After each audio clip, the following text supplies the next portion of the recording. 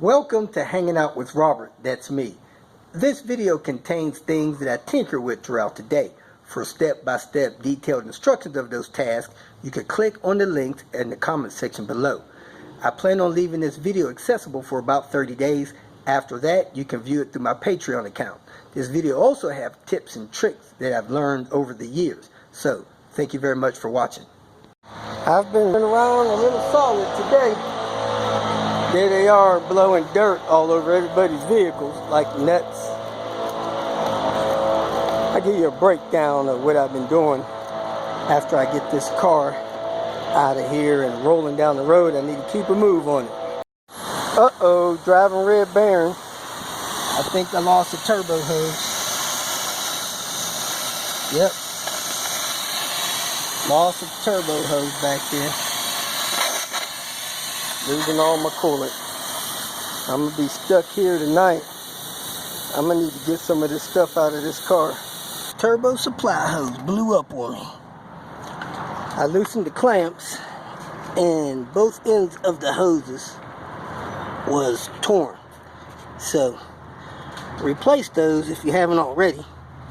On a car with a blown head like this one, it's even more critical. So let me get another hose on here and wrap this up. Time to kick it off today. Let me see what this guy wants calling me. My jump box quit working and it looks like there's some melting on there and it smells, so I popped the top off. You can see marks on that. When I pull this out, looks like one of the capacitors burned, which protects the jump box. So let me jump online and order another one. So somebody took a brick, threw it through the window of my mom's car, Ford Focus, I don't know, maybe 2013. It came across the seat and hit this trim and cracked it right there. So I finally found one in the salvage yard that was the same color. It's a little dirty, I need to clean it up, but it has clip in there, and the rest of it just presses into the B pillar of the car. So let me see if I can change that real quick. First thing I'm going to do is pull up this trim here, this seal, get it off of the wall, pull up this trim. That should come up. Let me grab it with two hands, see if I can get it up off of there. This trim here. Up with my hand and it unlatched. You can see that there. I'm going to do the same thing on the other side. Pull the weather stripping off a little bit. Pull this up. Now I can push this off of the wall of the car. Push it off. Latch the other one on. That's the one coming off with that crack on it. This is the one going on. This needs to be cleaned up. It's the inside.